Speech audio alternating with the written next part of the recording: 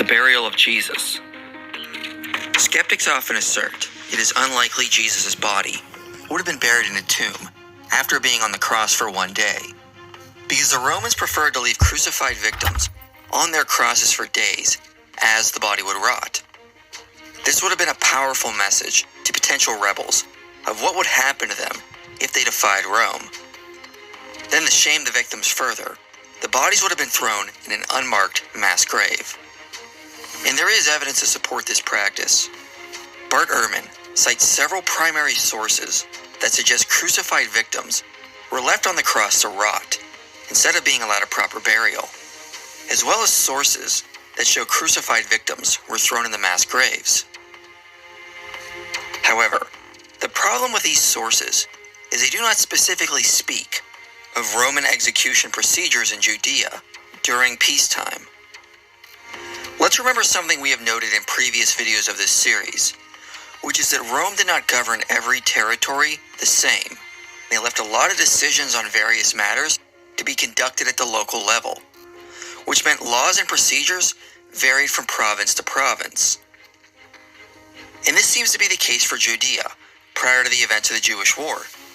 Philo tells us at one point the Jews appealed to Pilate to redress the infringement of their traditions caused by the shields and not to disturb the customs, which throughout all of the preceding ages had been safeguarded without disturbance by kings and by emperors. So it appears the standard practice was that their rituals and customs were safeguarded and allowed to continue on, and that Tiberius is not desirous that any of our laws or customs shall be destroyed. And then Philo tells us the Jews wrote a letter to Tiberius, who sided with them on the issue, confirming the notion the Jews were allowed to keep their sacred laws and customs. So it appears the standard practice was that their rituals and customs were safeguarded and allowed to continue on. Josephus agrees. In speaking of making idols or graven images, he says the Romans did not require their Jewish subjects to violate their national laws. Later he says, "We have trained our courage, not with a view to waging war for self-aggrandizement, but in order to preserve our laws. And there is not a Jew so distant from his country, so much in awe of a cruel despot, but has more fear of the law than of him." Elsewhere he says, "The Roman procurators who succeeded Agrippa I kept the peace by abstaining from all interference with the customs of the country." So the evidence suggests the Romans, during the time of mostly peaceful occupation, allowed the Jews to carry on with specific national customs and practices. And what we see in Jewish law supports the notion Jesus was buried, as the Gospels record. Deuteronomy 21 says a body cannot remain all night on a tree and must be buried the same day. This last section is important because it was about the purity of the land. It didn't matter if it was a Roman who killed someone on Jewish land. The body still had to be buried because it was on their land. So it was not just if a Jew executed someone. Josephus tells us the Jews used to take so much care of the burial of men that they took down those that were condemned and crucified and buried them before the going down of the sun. And against Appian, he also notes, "We must furnish fire, water, food to all who ask for them. Point out the road, not leave a corpse unburied. Show consideration even to declared enemies." Philo agrees and notes it was considered virtuous among the Jews to bury the dead. This is also seen in the book of Tobit, and the Dead Sea Scrolls might speak of burying those who were crucified. And also, the scholar Dale Allison highlights a passage from the Talmud, which says that the days of mourning were counted from the time that the relatives of a victim executed by the government despaired in their appeal to obtain the body from the authorities for burial, but had not given up hope of stealing it. This ruling, whose content is consistent with an origin in the early Roman period, implies that the relatives of executed criminals were accustomed to ask for the remains of a loved one. Some might argue the Jewish leaders would not have allowed an honorable burial for a rival and someone they perceived as a criminal, and so Jesus would have been placed in a mass grave.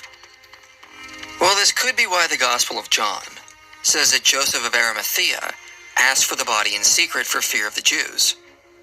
But also, Jody Magnus, archaeologist and expert on Jewish burial practices, says Mishnah law attached no stigma to crucifixion. Only victims who were beheaded, strangled, stoned, or burned were said to not be allowed to be buried with their family. In fact, she notes we have evidence in the archaeological record of one crucified victim from Judea named Yohanan, who did receive an honorable burial and was eventually placed inside a bone box. In his heel was found a nail that was used in crucifixions. John Dominic Crossan suggests this one example was the exception to the rule. But Magnus points out Crossan's assumption that we should have the physical archaeological remains of additional crucified victims is erroneous for several reasons. First, minus one exception, not one undisturbed tomb in Jerusalem has ever been discovered and excavated by archaeologists. Most of what archaeologists find is damaged and incomplete. Second, most of the tombs would have belonged to wealthy elites who would have had the power and influence to avoid crucifixion. Most of crucified victims were of the lower class. Last, the nail in Yohanan's heel was only preserved by a fluke.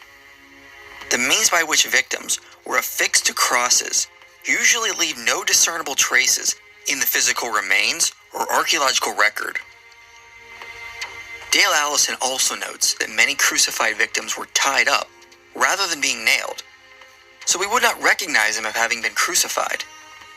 More importantly, the nails used in crucifixion, which were prized as powerful amulets, were pulled out of the site of execution, and so not buried with the bodies.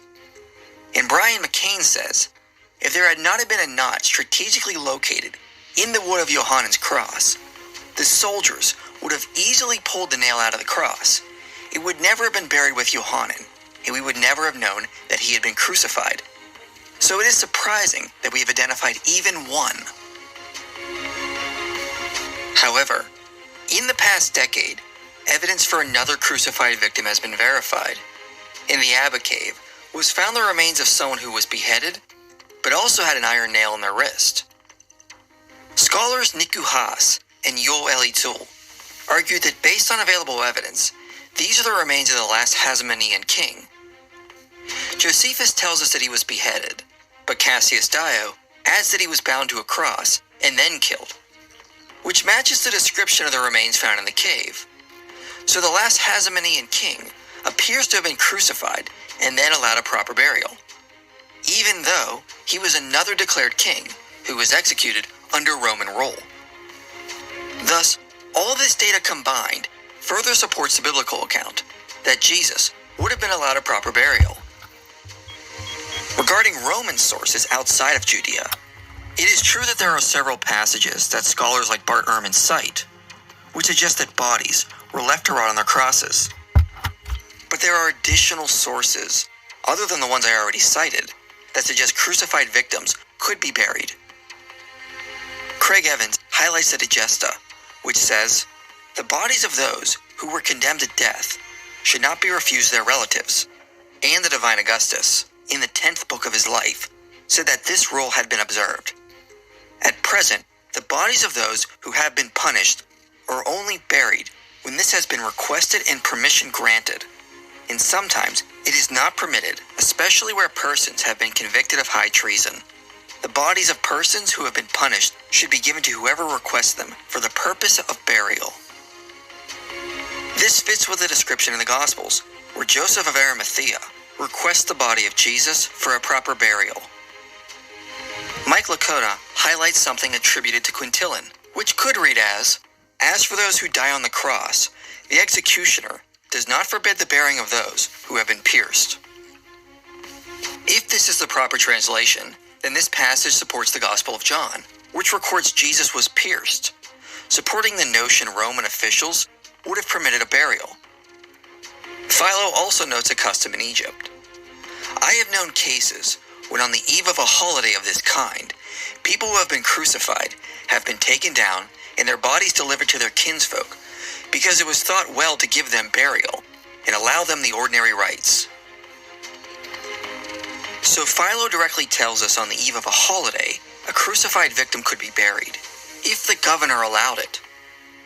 So all this data provides sufficient background evidence to support the notion Jesus could have been buried. So skeptics cannot just dismiss the gospel accounts from the background knowledge alone. When it comes to the specific evidence for the burial of Jesus, we have several reasons to support the gospel account. First, the burial of Jesus is multiply attested. The early creed in Paul, preserved in 1 Corinthians 15, says Jesus was buried, and scholars note this likely goes back to within a few months of Pentecost. Scholar Dale Allison notes the Greek word for bury in this creed would rarely be used for a body being tossed in a mass, unmarked grave, and more likely refers to receiving a proper burial. The verb means bury. It would hardly be used of unceremonious dumping of a criminal into an unmarked trench as dog food. That was not a burial, but it's denial. Now, whether or not 1 Corinthians 15:4 summarizes an early form of the story about Joseph of Arimathea, it would be strange, as Barnabas Linders observed, to include this detail in the statement if the burial of Jesus was in fact unknown.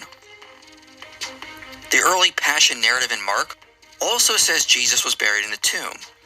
Bart Ehrman notes it is widely thought the Gospel of John did not rely on the other three Gospels for its information, which would count as another independent source for the burial of Jesus. Even if he is wrong, the early sermons preserved in the book of Acts have been shown to have an Aramaic structure, and also independently attest to the burial of Jesus. Jody Magnus notes the burial of Jesus fits with standard burial practices from that time period. I believe that the gospel accounts of Jesus' burial are largely consistent with the archaeological evidence. Although archaeology does not prove there was a follower of Jesus named Joseph of Arimathea, or that Pontius Pilate granted his request for Jesus' body, the gospel accounts describing Jesus' removal from the cross and burial are consistent with archaeological evidence and with Jewish law. Dale Allison also points out there is no reason for the early church to fabricate a tomb story. Are we to believe that Christians who acknowledge the humiliation of crucifixion were somehow unable to allow that Jesus was denied a decent burial, as though the latter were so more dreadful than the former? If the gospel authors were just making up legends, they could have just had Jesus thrown into a mass grave, and at his resurrection, also brought all the bodies back with him to life, similar to what Matthew says happened at his death. This would also better fit with Old Testament prophecy. As J. Spencer Kennard remarked, if Christianity had fashioned the entombment on the basis of prophecy, it would have left the body, because of Isaiah 53:9, with the corpses of other criminals. Allison notes, to instead depict a member of the Sanhedrin, the very group that had just murdered the Lord, as the one providing a tomb, goes against the tendency of the Passion traditions. The gospel authors have to go out of their way to point out Joseph was exceptional and different from the rest to explain why this happened. We also can argue it would have been beneficial for the administration of Pilate to allow for the bodies to be taken down on Friday before the Sabbath, as having the bodies up during a Holy Week would have caused unnecessary unrest the Romans would have had to deal with. Now, we did a specific video on Pilate, where we pointed out he was okay with upsetting the Jews at times, but evidence in Josephus shows us he didn't want to take things too far, and Philo indicates he feared losing favor with the Emperor Tiberius, and that pushing the Jews too far caused him to reach out to the emperor to complain. So keeping the bodies up during the Sabbath and during the Passover celebration, while the city was flooded with pilgrims, bolstering the Jewish population, would probably have been a dangerous thing for Pilate to do. So allowing their removal of the bodies seems like a pragmatic decision. Even Gerd Ludemann admits, the release of Jesus' body and its removal from the cross might also have suited Pilate, because this would a priori avoid unrest among the large numbers of visitors for the festival. In fact, the burial of Jesus is unanimously attested in all early sources that speak of what happened to Jesus' body. There are no competing traditions that suggest something else happened. Why should we posit a completely different theory that has no attestation and is only supported by sources that are talking about a different time in a different place under different circumstances. Again, no one is denying that some Roman sources do say victims could be left on crosses for days. But there is no evidence to suggest this was an unbreakable law enforced in every province for all time within the empire. Especially considering that we do have evidence in other sources that crucified victims could be buried. This is also confirmed in the archaeological record, and that Jewish sources express the importance of burying bodies. Rome allowed the Jews to continue their sacred rituals and customs. The burial of Jesus is multiply attested. It fits with the description of standard Jewish burial practices. There is no reason to make up the entombment story. Pilate would have had a valid reason to allow the bodies to be taken down. And there is no competing early tradition for what happened to the body of Jesus. Given all this evidence, it seems highly probable that Jesus was buried in a tomb, as the Gospels record. And even if this external and archaeological evidence didn't exist, that would not mean the Bible is wrong when it reports that Jesus was buried. The biblical sources report Jesus was buried, and there is no reason to doubt them on such a simple claim. Why is it for some skeptics that the Bible is always guilty until proven innocent?